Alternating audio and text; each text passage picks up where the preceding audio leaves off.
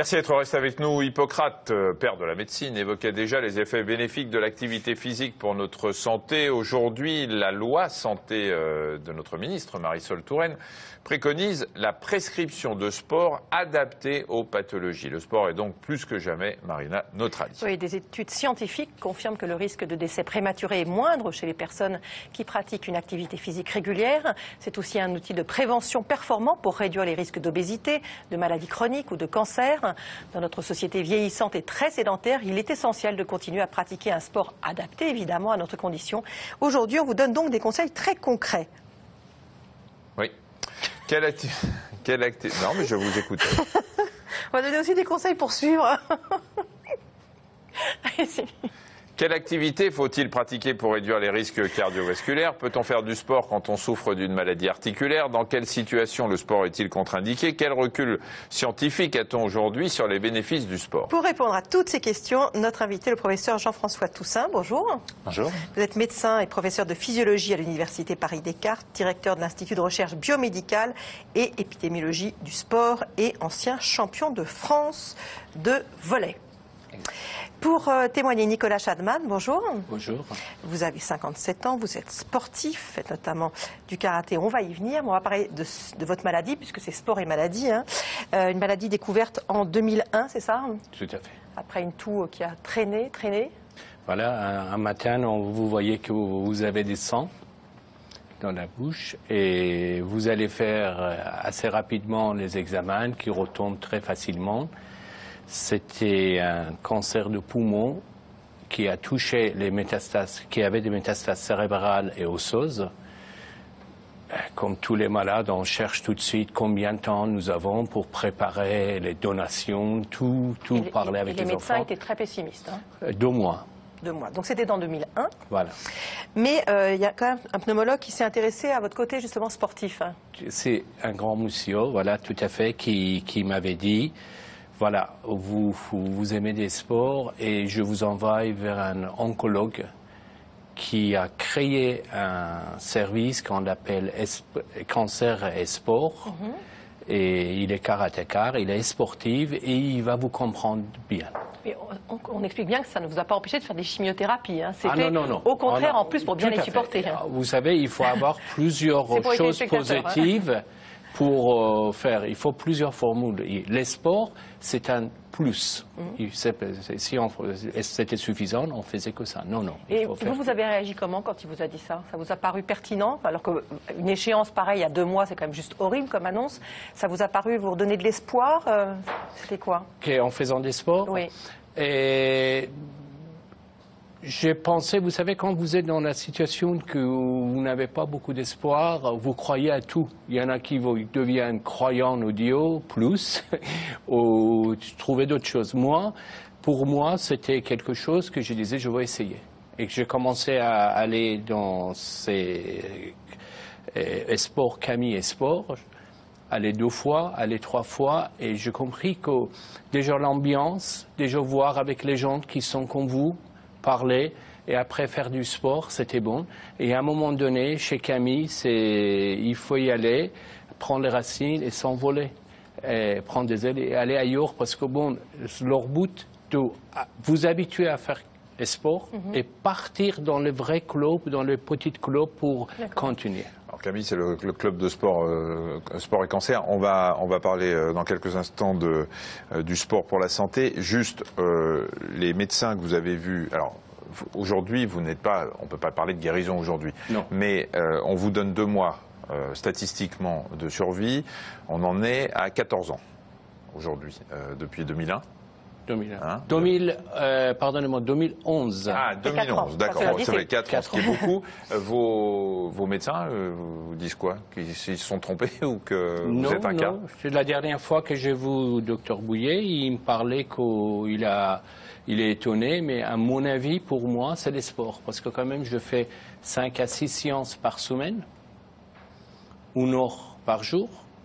Et je ne fais plus les sports avec les gens qui sont dans un club assez léger. Je vais dans un vrai club qui savait même pas il y a 3 ou 4 mois que j'étais malade. Mais ces séances, vous les liez, ces séances de sport, vous les liez à vos chimiothérapies ou pas? Est-ce que vous les faites par exemple avant la chimio pour mieux la supporter ou après? Comment vous faites? La dernière, je fais le même jour. Le même jour, d'accord. Mais vous essayez de lier justement à la chimiothérapie. Voilà, c'est vraiment, ça me repose. Il n'y a aucun effet secondaire quand je fais les chimiothérapies. Au niveau du souffle, j'ai des souffles comme mes amis sportifs. Et je me sens beaucoup bien. On va en parler tout à l'heure parce qu'on aura un reportage là-dessus. Voilà, mais avant de répondre aux questions, professeur Toussaint, pas d'effets secondaires de chimiothérapie qui sont quand même des chimiothérapies lourdes, parce que vous l'avez bien dit, vous avez des métastases, c'est quand même un cancer qui est avancé. C'est effectivement des choses qu'on rencontre quand les médecins veulent bien effectivement faire cette démarche aussi. Voilà, c'est toute la difficulté, c'est de trouver les conditions qui permettent de retrouver, comme vous avez pu le faire, une situation qui redevient une situation favorable et qui est en synergie avec les traitements. Et ce que l'on peut voir, c'est qu'effectivement, sur tous ces aspects-là, parce qu'on va avoir des effets qui vont réduire l'importance de l'agressivité des métastases, qui vont faciliter une partie qui est celle de la réponse immunitaire individuelle, qui est celle qui va jouer aussi sur la santé mentale, sur le contexte psychique, sur lequel on va se retrouver en capacité de lutter. Et c'est sur tous ces aspects, en fait, que on va gagner un impact qui, à chaque fois, permet de dépasser un peu plus les éléments qui pouvaient être initialement extrêmement péjoratifs et qui, donc, du coup, vont s'associer dans cette prolongation et dans cette guérison, parfois. Alors on va sortir de la maladie pour quelques instants. Pendant combien de temps faut-il faire du sport et à quelle fréquence pour en tirer un bénéfice? Alors tirer un bénéfice, comme on sait que le sport est bon pour tout, on ne va pas passer chaque organe en revue. Chez quelqu'un en bonne santé, c'est pour la prévention. Voilà. Ça veut dire quoi avoir une activité physique bonne pour la santé? Alors on s'est longtemps posé la question, est-ce qu'il faut un seuil? Est-ce qu'il faut le mettre par des recommandations simples, mémorisables? Alors on s'est dit c'est 30 minutes, c'est facile à retenir, c'est 10 000 pas, c'est facile à retenir, c'est comment on les compte, Et puis, en fait, on s'est inquiété aussi d'en faire trop et de se dire on va dépasser les capacités de chacun. Et plus on avance dans les constats de l'épidémiologie, plus on se rend compte qu'il n'y a pas d'effet de saturation et qu'en fait, le premier pas est déjà le plus important entre une personne totalement sédentaire et celle qui va commencer à faire un tout petit peu d'activité physique dès le premier quart d'heure. Dès le premier quart d'heure, on a déjà 14% de réduction de la mortalité globale, c'est-à-dire l'indicateur le plus important en termes de bilan général. Et plus on va augmenter cette part, 2 fois les recommandations, donc ça fait 1 heure par jour au lieu des 30 minutes, 3 fois, 5 fois, et plus on va gagner. Alors un petit peu moins sur la fin, puisqu'on va avoir une courbe qui va venir sur une forme de plateau, mais on ne va pas avoir d'effet négatif comme on le craignait. Et ça, c'est une très très belle étude australienne sur plus de 600 000 personnes suivies pendant 10 ans, qui vient d'être publiée le mois dernier, qui en a fait la preuve la plus puissante ces dernières années. Quand on souffre d'une maladie chronique, est-ce qu'un coach lambda est assez compétent ? Alors, tout dépend de la qualité du coach lambda et tout dépend de son expérience dans le domaine. Il est évident que reprendre une activité nécessite, lorsqu'on a 40-45 ans, quelques facteurs de risque, en particulier cardiovasculaires, de revoir sur une consultation ses premiers points de bilan, de suivre un certain nombre des recommandations, de ne pas forcer. C'est vraiment une marche progressive, régulière, qui permet de revenir et de le faire. Et à partir de là, on va avoir toute une série d'options qui peuvent être de travailler sur l'endurance avec des effets très importants sur le métabolisme, sur les maladies métaboliques comme le diabète et l'hypertension, les maladies cardiovasculaires. On peut avoir des effets aussi renforçants par le biais d'éléments qui sont sur le travail en résistance, donc le travail de force. Et c'était, vous le citiez, Hippocrate, qui disait c'est la force qui est en nous, qui est notre meilleur médecin. Et le fait de jouer sur cette force que l'on va maintenir avec une activité d'endurance et une force physique brute, si l'on peut dire, de puissance, qu'on va récupérer, qui permet de gagner sur tout cela. Et on en voit les effets, y compris sur des cancers, comme c'est le cas maintenant sur de grandes études. On demande si le sport sur prescription médicale est entièrement pris en charge ou pas. Avant qu'on ne réponde, on va regarder justement un reportage à ce sujet. Oui, à Chartres, un dispositif d'éducation physique adapté pour des patients atteints de maladies chroniques a été mis en place il y a 1 an. Un cours hebdomadaire en piscine est proposé gratuitement grâce à un partenariat entre l'hôpital public et le département. Reportage Guillaume Morinet, Claude Pavelec, Jorge Maroto de la Fuente. On fait des petites montées de genoux quand on avance dans l'eau, en même temps. D'accord ? L'exercice semble facile, mais dans cette rivière artificielle, un courant fort pousse les participants, ce qui amplifie l'effort musculaire. Pour les gens qui ont un petit peu d'arthrose, si c'est trop dur, n'allez pas jusqu'à la douleur. Arrêtez-vous avant. D'accord ? Ce cours d'éducation physique adaptée s'adresse aux malades atteints de pathologies chroniques comme le diabète, les maladies cardiovasculaires, l'obésité et le cancer. L'occasion de reprendre progressivement une activité sportive. Je réécarte et je reviens devant. Voilà. Je ramène doucement, j'écarte, j'accélère. Très bien. Les gants, on les garde bien dans l'eau. Franck est plus qu'un simple maître nageur. Il sait adapter ses exercices à chaque malade, car il a suivi une formation pour mieux comprendre leurs pathologies chroniques et les effets bénéfiques du bain. J'accélère, je reviens doucement. On les plonge dans l'eau, ils subissent moins le poids de leur corps. Donc des exercices qui sont rendus difficiles dans la vie de tous les jours sont rendus faciles dans l'eau. Une main fléchie et on alterne. Deuxième point, un point plus physiologique, c'est la pression qu'exerce l'eau sur le corps, notamment les jambes, et ça aide au retour veineux. Vu qu'on aide le cœur à se remplir, il va mieux se contracter, donc apporter plus d'oxygène aux muscles, et ça facilitera leur exercice, tout du moins ça va prolonger l'exercice. Rapide. Encore. Troisièmement, un exercice dans l'air, ils s'essouffleraient beaucoup plus, ils auraient beaucoup plus chaud. Dans l'eau, les échanges thermiques sont plus faciles, donc ils peuvent poursuivre plus longtemps l'exercice. Là, vous voyez qu'on fait accélérer le cœur tout en travaillant que les bras. Ça peut être une solution pour vous, pour les gens qui souffrent d'arthrose, arthrose de hanche, arthrose de genou. Et pour que l'effort physique soit efficace, il faut que les cours durent au moins 1 heure toutes les semaines durant 3 mois. Le sport a vraiment un impact sur certaines pathologies. Je vous assure que le diabète, les gens qui font de l'activité physique diminuent de façon très importante leur dose d'insuline. Les obèses perdent du poids si on associe un peu le régime. Les insuffisants cardiaques, lorsqu'ils ont fait un infarctus, on les remet en rééducation, réadaptation à l'effort. Ils retrouvent une activité qu'ils avaient préalablement. Donc ça, c'est prouvé, archi prouvé. Alexandrie, Alexandra, vous connaissez? Eh bien, on y va. On ramène l'eau vers soi et on essaye d'accélérer. Donc vous voyez, quand on travaille les bras dans l'eau, si j'accélère, j'ai plus de résistance, surtout avec les gants. Ça peut aussi être une solution pour travailler le renforcement musculaire. C'est bon, on a fini. Après l'effort, le réconfort, un bain de bulles en balnéothérapie. Impeccable. Là, c'est bien. Là, on a bien travaillé et on va sortir fatigué. Ça sert à avoir des muscles et déjà le moral et rencontrer d'autres gens et c'est bien. Après 3 mois, ils reviennent d'eux-mêmes à la piscine et ils reprennent une activité qu'ils n'avaient pas forcément pensé et l'activité dans l'eau devient pour eux une hygiène de vie. Ce dispositif unique en France rencontre un franc succès. Les participants doivent s'armer de patience et s'inscrire au moins 3 mois à l'avance sur une liste d'attente pour en bénéficier. Jolie piscine à Chartres. Hein. Très joli. On va revenir dans quelques instants sur la question qui était posée, mais juste, Nicolas, le cancer dont vous souffrez, c'est un cancer du poumon. La respiration, le souffle, évidemment, sont essentiels. Est-ce qu'avec le karaté, vous avez l'impression d'avoir retrouvé du souffle? Tout à fait. Tout à fait. Avec le karaté, j'ai retrouvé les souffles.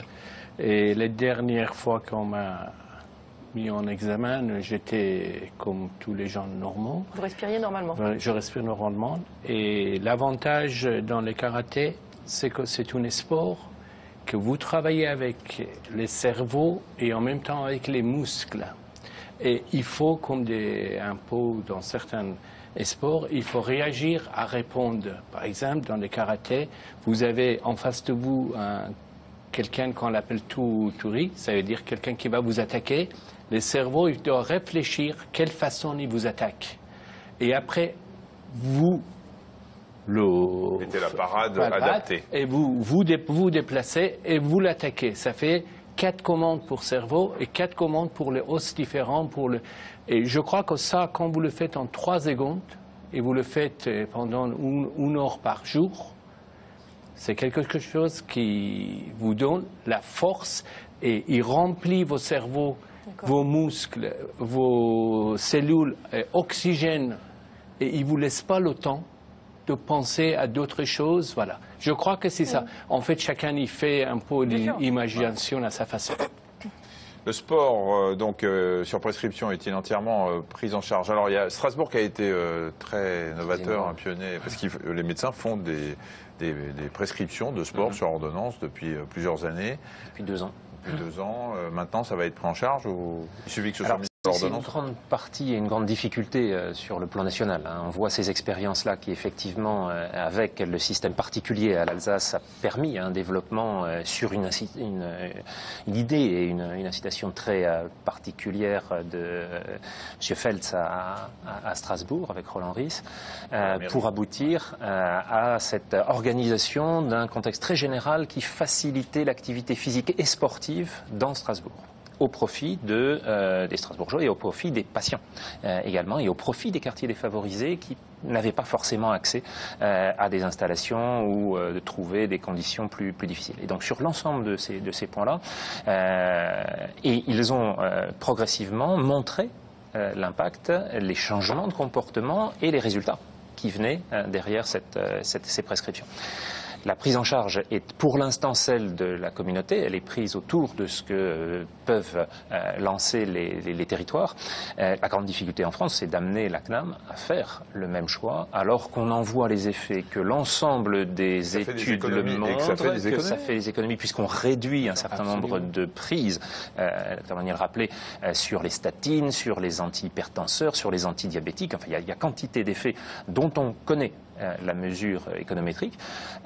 Et pour autant, on voit bien que toute cette idée d'un changement de comportement est très difficile à traduire. On a exactement le même problème avec le tabac. Voilà. On sait que si on dépensait de l'argent pour empêcher les gens de fumer, la Sécu en dépenserait moins à les traiter, et pourtant on continue. Et dans la loi de santé, c'est la difficulté, c'est que l'amendement S1477 a bien été proposé par Valérie Fournéron pour venir compléter la loi qui ne l'avait pas prévue initialement.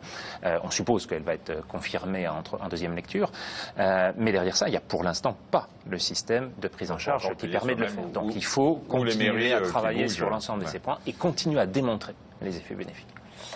Justine demande quels sont les tests d'effort à réaliser avant d'entreprendre une activité physique ou sportive si on est atteint d'une maladie cardiovasculaire.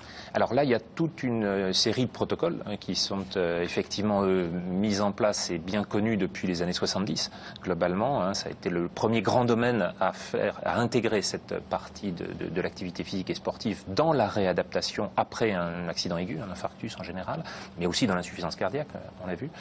Et dans ce domaine-là, il y a toute une série à la fois de bilan sur les facteurs de risque, de mesures de la condition physique initiale et de préconisations qui viennent derrière et qui sont très bien établies. Maintenant, quel type de sport, une fois que ce bilan est fait, on en voit tout l'intérêt, en particulier, c'est une démarche là qui est celle d'Alain Calment, qui est président de la commission médicale du Comité national olympique, de développer pour chacun des sports une forme d'évaluation qui permette de le recommander dans tel ou tel domaine. Et on va donc dans les maladies métaboliques, on va dans les cancers voir ses effets, mais on va jusqu'à des maladies rares, la mucoviscidose, l'hémochromatose. Il y a des tests et des études faites actuellement sur la drépanocytose, enfin sur toutes ces maladies-là, y compris l'hémophilie. On va voir qui. Quelqu'un veut faire du sport, il est malade, là on va parler de la chimio dans quelques instants. Il va voir son médecin généraliste, mais son médecin généraliste, il ne sait pas forcément quel sport lui recommander. Donc tous ces bilans et cette adaptation à la pathologie d'un certain sport, on va les trouver où? Alors, c'est ce qui devrait être publié dans l'année 2015, notamment par le Comité national olympique, sur justement les effets dans chacun de ces grands domaines, y compris prévention du vieillissement, pour voir les effets de chacun des sports. On voit bien que le badminton n'aura pas le même effet que le rugby, ni sur le plan des bénéfices, ni sur le plan des risques. Et c'est sur les deux ce sera diffusé. Qu'on va le faire. Et ce sera diffusé, ce sera publié dans l'année 2015, normalement. Très bien. Alors, on va revenir sur votre... Oui, on nous demande si on peut continuer à aller à la salle de sport, même quand on entame une cure de chimio. Oui, alors justement, on a vu avec vous, avec votre témoignage, que le sport vous a énormément apporté, même quand vous êtes sous chimio. Depuis le milieu des années 2000, de nombreuses études scientifiques ont démontré qu'une activité physique intense, régulière, encadrée a un impact bénéfique pour les personnes atteintes de cancer, aussi bien pendant la phase de la maladie qu'après les traitements. Et plus d'une cinquantaine de centres de soins du cancer ont mis en place des activités physiques pour les malades dès le début des traitements. Guillaume Morinet, Claude Pavelec et Eliane Lassibille. Je prends comme ça et puis je fais tourner le... Bon bah là, avec la tubulure, c'est bon, elle est longue. À 21 ans, Jonathan souffre d'une leucémie, un cancer du sang. Depuis 4 semaines, il suit une chimiothérapie et doit rester enfermé dans sa chambre. Alors quand l'éducateur médico-sportif arrive pour son cours particulier de renforcement musculaire, il est motivé. Alors, tu vas te redresser. Donc là, tu te redresses. 4, 5, tu pousses sous les pieds, tu montes, tu détends. Moi, ce qui m'intéresse, c'est d'arriver à ce que le patient prenne conscience que c'est extrêmement important pour lui, que l'activité physique est un traitement à part entière, au même titre que les chimios, c'est un traitement complémentaire. Cage thoracique qui s'ouvre, souffle, sois bien dans la respiration. La maladie trahit la personne, met le corps à distance. Et donc, dans les exercices qu'on propose, on se réapproprier un corps qui n'est pas forcément négatif, en fait. Vas-y, tu décolles les vertèbres les unes au-dessus des autres et tu montes jusqu'en haut. Encore, encore. Pour moi, c'était pas possible de faire du sport à l'hôpital. C'était déconseillé par rapport à la maladie, quoi. Ça va? Bah, en fait, je découvre que c'est mieux et que justement, il vaut mieux le faire pour garder la masse musculaire et qu'on a moins d'effets secondaires par rapport au traitement, à la chimio. Là, tu pousses le talon dans le plafond. Et c'est l'objectif de ces exercices physiques. Lutter contre la fonte musculaire due à l'immobilité et au traitement. Je peux appuyer un peu sur les pointes de pied? Ouais. On y va. Allez. Quand vous avez une masse musculaire qui fond, on voit beaucoup plus d'effets secondaires arriver. Les médicaments peuvent être plus toxiques pour l'organisme. Garder une masse musculaire fait partie des choses qui gardent la potentialité du traitement sans toxicité. Et 4, vous serrez les poings, vous ramenez vers vous. Aurore souffre elle aussi d'une leucémie.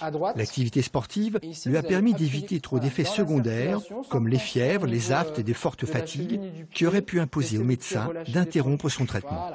Le fait d'être allongé toute la journée, même si on s'assoit sur le fauteuil et tout ça, eh ben on a un peu mal partout, après sur les jambes, les talons. Petite flexion à l'intérieur de la hanche et vous allez développer avec un pied flex en poussant le talon. On m'a parlé du sport peut-être 2 semaines après que je sois hospitalisée et je me suis rendu compte qu'effectivement ça nous fait quand même sentir vivre.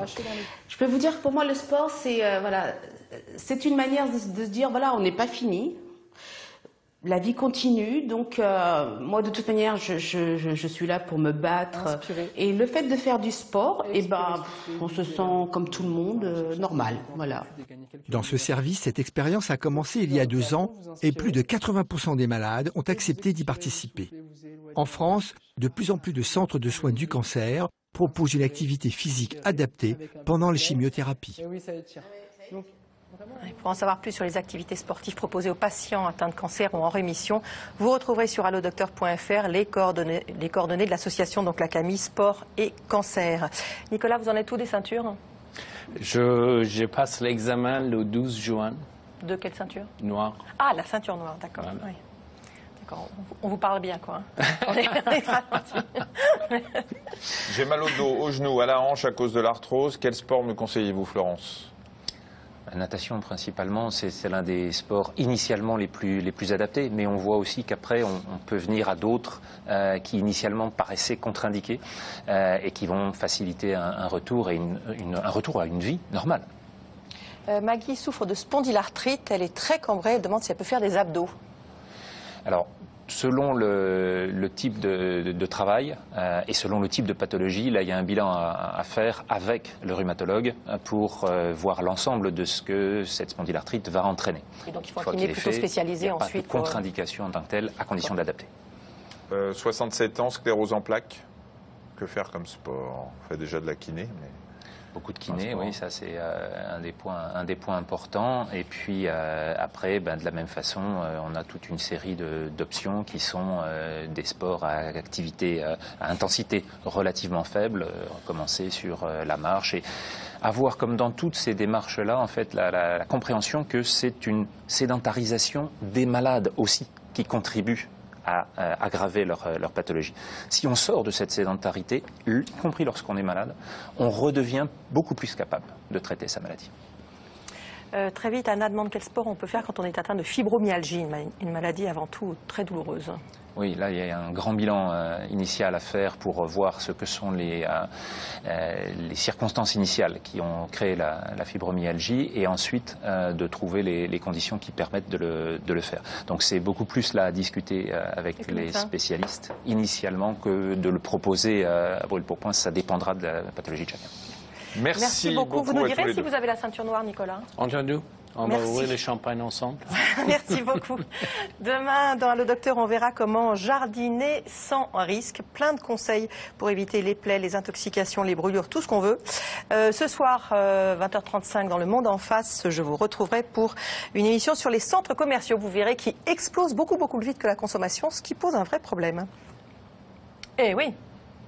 Vous avez vu les hypermarchés partout, etc. Il n'y a plus personne dedans. Ouais. Il tout ferme à l'intérieur. Et qu'est-ce qu'on fait? On regarde votre émission. Et c'est ça, c'est ce soir à 20h35. Et nous, on se retrouve demain, de toute façon. Aussi. Au revoir.